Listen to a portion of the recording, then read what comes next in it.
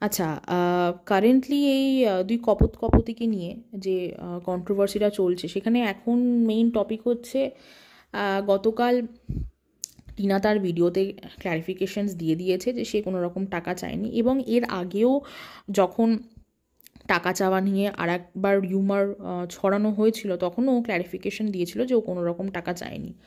ও বলেছে যে ও শুধুমাত্র ডিভোর্স চায়, ওই সমস্ত কিছু পেপারস রেডি করবে, ও লিগাল হাজব্যান্ড এসে শুধু সইটা করে দিয়ে যাবে।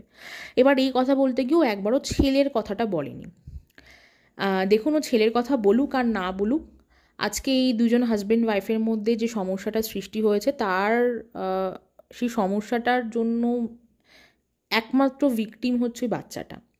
সে বাচ্চা মায়ের কাছে যাক চাই না যাক, ও victim, he is a victim, ঠিক আছে। এবার আর একটা কথা সেটা হচ্ছে যে ওর আজকেও ভিডিওতে ও কিছু ক্ল্যারিফিকেশন দিয়েছে, ও ব্যাঙ্ক ট্রানজ্যাকশনের ব্যাপারটাও বলেছে, সেখানে ও রিলেশন ওয়ার্ডটাও বলেছে। আমার কোথাও গিয়ে মনে হচ্ছে যে ও রিমার্কস বলতে গিয়ে রিলেশন বলে ফেলেছে, ঠিক আছে। আমি ওর কমেন্ট বক্সে গিয়েও সেই প্রশ্নটা করে এসেছি, কারণ রিলেশন অপশনটা তো আমিও তো প্রত্যেক মাসে ব্যাঙ্ক ট্রানজ্যাকশন করি, আমি রিমার্কস অপশন রিলেশন অপশনটা আমি কোনোদিন দেখিনি, আমি রিমার্কসটা দেখেছি, ঠিক আছে। তো ও হয়তো বাই মিস্টেক রিমার্কসটাকেই রিলেশন বলে দিয়েছে। আর ও ওই 2 লক্ষ টাকার যে একটা রিউমার আমরা শুনেছিলাম, এই বাঙালিয়ানা কমেন্ট করে জানিয়েছিল সবাইকে, সে 2 লক্ষ টাকার ক্ল্যারিফিকেশনসও ও দেয়নি।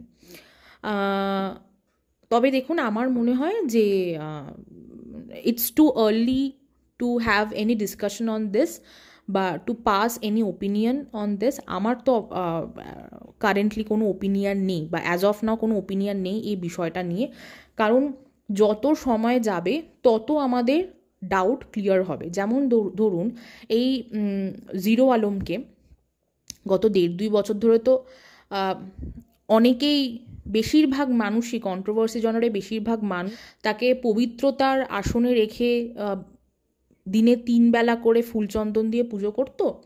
তো তাকে এখন বেশিরভাগ মানুষই সেই পবিত্রতার আসন থেকে নামিয়ে এনে তাই বলেছে, ভাই তুই ফ্লোরেই বস, তোকে আসনে উঠে বসতে হবে না। সেটা কেন হয়েছে? সেটা with the passage of time তারা অনেক ঘটনা দেখেছে, তাদের মনে সেই সন্দেহটা জেগেছে এবং তারা রিয়েলাইজ করেছে। টিনার তরফ থেকেও দেখুন, টিনাকে টিনাকে একটা অসহায়তার জায়গায় রাখা হয়েছিল, এখন তাকে সেই অসহায়তার জায়গায় বেশিরভাগ মানুষই আর রাখছে না। খুব হাতে গোনা মানুষই ওকে সাপোর্ট করে ভিডিও করতো, কিন্তু বলতো অসহায় অসহায় অসহায়, ঠিক আছে। তো এখন অনেকেই সেই অসহায় ট্যাগটা তুলে নিয়েছেন। হ্যাঁ, সব থেকে বেশি অসহায় তো এখানে পোর্ট্রে করা হয়েছিল এই জিরো আলমকে। টিনাকেও টু সাম এক্সটেন্ট অনেকে বলতো অসহায় অসহায়। তো এখন অনেকেই এই বিষয়ের ট্যাগটা দুজনের থেকে তুলে নিয়েছে, ঠিক আছে, তাদের কিছু রিয়েলাইজেশনস হয়েছে। আবার দেখুন এই বৌদিবাজটাকে হাতে গোনা 1-2 জন একটা হিরোর জায়গায় রেখেছিল, যে he is the real hero, ঠিক আছে। তাকে এখন সেই হিরোর জায়গা থেকে সরিয়ে ভিলেনের জায়গায় নিয়ে গেছে। সেটা ডেফিনেটলি তারা কিছু রিয়েলাইজ করেছে সেই কারণেই। তো সেভাবেই with the passage of time এই যে এখন যে একটা খিচুড়ি তৈরি হয়েছে, ঠিক আছে, সেই খিচুড়ি চারিদিকে ছড়ানো হচ্ছে, সেই খিচুড়িটাও আস্তে আস্তে সরে যাবে বা পরিষ্কার হয়ে যাবে, এবং আমরা যেটা সত্যি সেটাই আস্তে আস্তে জানতে পারবো। এই কারণে অ্যাজ অফ নাও আমার কোনো ওপিনিয়ন নেই, এবং এই বিষয়টা নিয়ে আমি এই মুহূর্তে কোনো ডিসকাশন করতে চাইছি না। এবার আসি আর একটা কথা, সেটা হচ্ছে যে কন্ট্রোভার্সি ক্রিয়েটারদের মধ্যে একটা খুব কোল্ড ওয়ার চলছে আমি দেখতে পাচ্ছি, ঠিক আছে। সবাই তো এখন নিজেদেরকে ফিল্টার করার চেষ্টা করছে, যারা একটা সময় খুব রাফ অ্যান্ড টাফভাবে ভিডিও করতো, গালিগালাজ করে হোক বা বাজে ভাষা ইউজ করে হোক ভিডিও করতো, তারা এখন নিজেদেরকে ফিল্টার করার চেষ্টা করছে, তারা চেষ্টা করছে কন্ট্রোলড ওয়েতে ভিডিও করার। তো তাদের মধ্যে একটা কোল্ড ওয়ার আমি দেখতে পাচ্ছি, যে কেউ বলছে যে আগে মিস্টার অসহায় ভুল করেছে, কেউ বলছে টিনা আগে ভুল করেছে, ঠিক আছে, কেউ বলছে মিস্টার অসহায় 20% ভুল, বাকি 80% ভুল টিনার, কেউ বলছে 20% ভুল টিনার, 80% ভুল মিস্টার অসহায়, ঠিক আছে। এরকম একটা চলছে আর কি, ঠিক আছে। এবার আমার কথা হচ্ছে, দেখুন এখানে ভুল সবারই, সবাই সমানভাবে দোষী এখানে। তার কারণ একটা সংসার, আমি এর আগেও যতবার এই বিষয়টা নিয়ে ভিডিও করেছি ততবারই এক কথা বলেছি, যে একটা সংসার কখনো একজনের জন্য ভাঙে না, ঠিক আছে, বা কোনো একজন কখনো সব থেকে বেশি দোষী হয় না। দোষী এখানে সমানভাবে সবাই, দেখুন, এই যে বৌদিবাজটার সাথে যে টিনা চ্যাট করেছিল, ঠিক আছে, সেটা চ্যাট কেন করেছিল? কারণ ওর আর ওর হাজব্যান্ডের মধ্যে একটা গ্যাপ সৃষ্টি হয়েছিল। ওরা দুজনে কোনো পার্সোনাল টাইম স্পেন্ড করতে পারছিল না। টিনা ওর হাজব্যান্ডের থেকে যে সময়টা এক্সপেক্ট করছিল সেই সময়টাও পাচ্ছিল না। সেই ফাঁকেই বৌদিবাজটা ঢুকে পড়েছে। এবার এই বৌদিবাজটাকে উচিত হয়নি টিনার বেশি এন্টারটেইন করার, কারণ আমরা কিছু ভয়েস ক্লিপ শুনেছি যেখানে পরিষ্কারভাবে দেখা গেছে বা শোনা গেছে যে এই বৌদিবাজটা ওকে প্রভোক করতো। কী রে, তুই আমাকে আই লাভ ইউ বলছিস না কেন? আমি বুঝতে পারছি তুই তো স্বামী সন্তানকে নিয়ে ভাবছিস, মানে এই কথাগুলো মানেই তো বোঝা যাচ্ছে যে ও প্রভোক করছিল। এবার যখন ওকে প্রভোক করছিল তখন টিনার দেনান দেওয়ার উচিত ছিল ছেলেটাকে ব্লক করে দেওয়ার। ও ব্লক করেনি, ও একটা টাইম অবধি নিজেকে কন্ট্রোলে রেখেছে, তারপরে ও নিজেও কন্ট্রোল হারিয়ে ফেলেছে, ঠিক আছে। সুতরাং সেই জায়গাটাও অবশ্যই অনুচিত হয়েছে, কারণ একটা স্বামী স্ত্রীর মধ্যে সম্পর্কে যখন একটা গ্যাপ তৈরি হয়, সেই গ্যাপটা মেটানোর দায়িত্ব কিন্তু সেই হাজব্যান্ড ওয়াইফের মধ্যে, মানে হাজব্যান্ড ওয়াইফের হয়। হ্যাঁ, একে অপরের সাথে একটু টাইম স্পেন্ড করা, পরিষ্কারভাবে কথা বলা, হ্যাঁ, পরিষ্কারভাবে জানানো যে তুমি আমাকে সময়টা দিচ্ছ না, আমাকে সময়টা দাও, আমি তোমার থেকে সময়টা চাই, নিজের ভেতরের প্রবলেমগুলো ক্লিয়ারলি এক্সপ্রেস করা, ঠিক আছে। সেটা হয়তো ও কোনোভাবে পারছিল না করতে বা পারেনি, সেটা ডেফিনেটলি ওর ফল্ট। আমি যদি আজকে আমার কোনো প্রবলেম হয়, আমার যদি কোনো কষ্ট হয় ভেতরে, আমি যদি সেটা আমার বাড়ির লোকদেরকে এক্সপ্রেস না করতে পারি প্রপারলি, ঠিক আছে, সেটা অবশ্যই টু সাম এক্সটেন্ট আমার দোষ। হ্যাঁ, আর সেখানে তো একটা বিষয় ভাই ভীষণই ক্লিয়ার, ওর যে শাশুড়ি মা, সে প্রথমত ছেলের ভালোবাসায় অন্ধ, দ্বিতীয়ত তার কাছে নাতি ছিল তার পুরো জগৎ। মানে তার কাছে দিনে যদি 24 ঘন্টা না হয়ে 48 ঘন্টাও হতো, তাও হয়তো তার জন্য কম হতো নাতিকে ভালোবাসার জন্য। মানে সে সারাদিনে নাতিকে ভালোবেসেও তার হতো না, সে রাত্রিবেলাও তার নাতির সাথে ঘুমাতে হতো, ঠিক আছে। এরকম এত নাতির প্রতি ভালোবাসা ছিল। তার ফলে কি হতো যে সে তার ছেলেবউর বেডরুমে এসে ঘুমিয়ে পড়তো, এবং তার ফলে এই দুজন হাজব্যান্ড ওয়াইফ সেই সময়টা পেতো না। ওদের যে পার্সোনাল টাইমটা, ওদের যে প্রাইভেট টাইমটা, সেটা হ্যাম্পার হতো, ঠিক আছে। সেখানে ওই মহিলাটারও দোষ আছে, ওই মহিলাটারও ভুল আছে, ঠিক আছে। সুতরাং এখানে দোষ সবার। যখন এই চ্যাটের বিষয়টা যখন ধরা পড়লো, তখন উচিত ছিল একে অপরের সাথে ফেস টু ফেস কথা বলার। সেই বিষয়টাকে পাবলিক করে সালিশি সভা হ্যানা ত্যানা, এইগুলো তো আননেসেসারি। দেখুন, আমরা একটা বিষয় জানি, কমিউনিকেশন ইজ দ্য কি। আর সময় দিতে হবে। একে অপরের সাথে যদি প্রপারলি কমিউনিকেট কেউ না করে, ঠিক আছে, আর সেখানে আমরা দেখেছি যে এই আজকে ধরা পড়লো, 2-3 দিন 4 দিন কি 1 সপ্তাহের মধ্যে ব্যাস সব শেষ। মানে এ শ্বশুরবাড়ি ছেড়ে চলে গেল, তারপরে কিছুদিন পরও ভিডিও করলো, মানে পুরো বিষয়টা পুরো জগা খিচুড়ি পাকিয়ে গেল। হ্যাঁ, তো এরা সব কিছুই হচ্ছে ঝটাপট করে ফেলেছে, এরা সময় দেয়নি, সেটা এদের ভুল হয়েছে, এবং ভুলটা সবার হয়েছে, টিনার মা বাবারও ভুল হয়েছে, ঠিক আছে। তো এখানে ভুলটা সবার আছে, যে কোনো একজনের ভুল বা যে কোনো এক পক্ষের ভুল দিলে হবে না।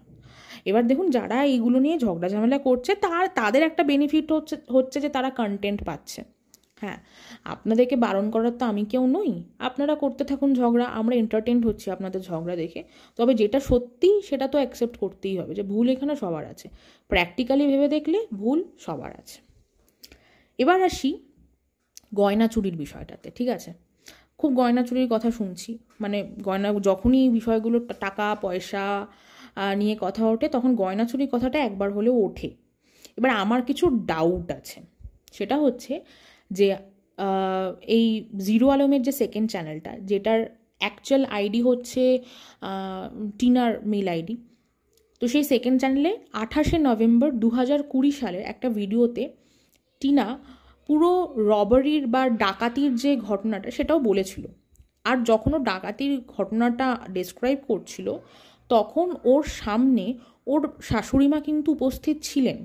সুতরাং ও যদি কোনো ভুল ভ্রান্তি বলে থাকতো, তাহলে ওর শাশুড়িমা নিশ্চয়ই ইন্টারাপ্ট করে কিছু না কিছু বলতো, বা ওর হাজব্যান্ড ইন্টারাপ্ট করে কিছু না কিছু বলতো। তারা কোনো রকম কোনো ইন্টারাপশনস করেনি, তার মানে ও যেটা বলেছে সেটা আমরা ধরে নিতে পারি ও ঠিকই বলেছিল ওই ভিডিওটাতে, যে ও শাশুড়িমার বিয়ের কিছু বছর পর যত তার বিয়েতে পাওয়া গয়নাগাটি ছিল সব চুরি হয়ে গেছিল, ঠিক আছে। আচ্ছা, এইবার 2021 সালে যখন ওর বাচ্চা ছেলেটা যখন জন্মদিন হয়, মানে বার্থডে সেলিব্রেশন হয়, যেখানে কিনা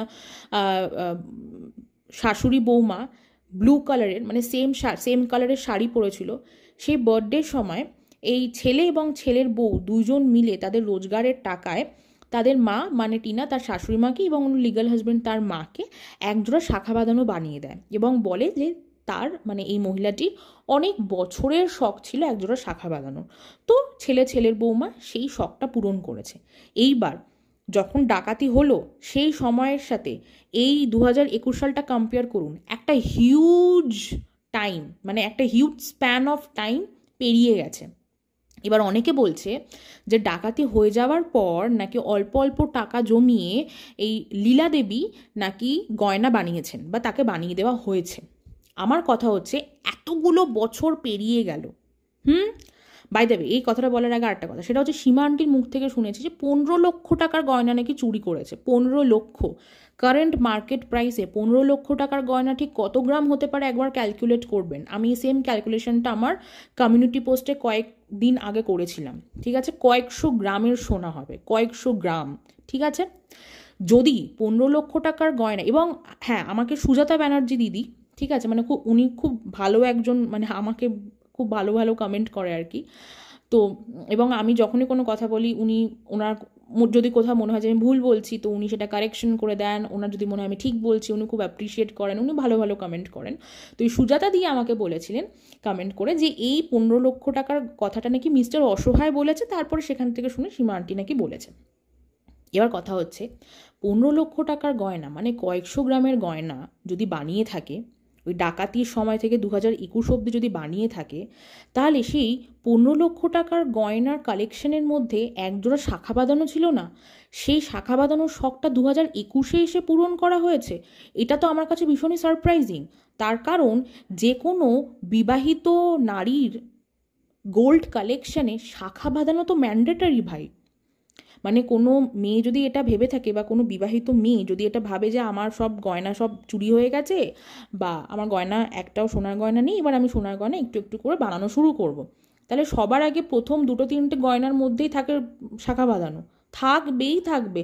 আমি নিজে আমার বাড়িতে মা কাকিদেরকে দেখেছি, ঠিক আছে, মানে যাদের যাদের ধরুন সেরকম হিউজ সোনা গয়না নেই বা ছিল না বা কোনো কারণে নষ্ট হয়ে গেছে, ঠিক আছে, তারা সবার আগে যে সমস্ত গয়নাগুলো বানিয়েছে তার মধ্যে শাখা বাঁধানোটা ছিল ম্যান্ডেটারি, মানে শাখা বাঁধানো বানাতো।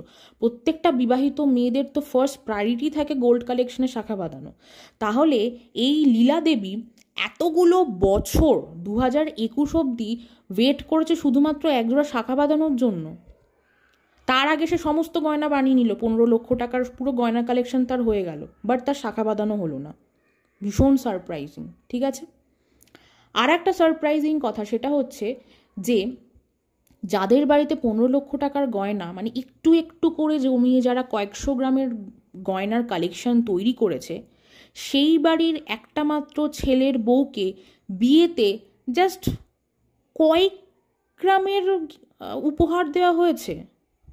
মানে যাদের বাড়িতে এত সোনা থাকবে তারা তো তাদের বাড়ির একমাত্র ছেলের বউকে বেশ ভালো মতো গয়না দিয়ে ভরিয়ে দেবে, তাই নয় কি?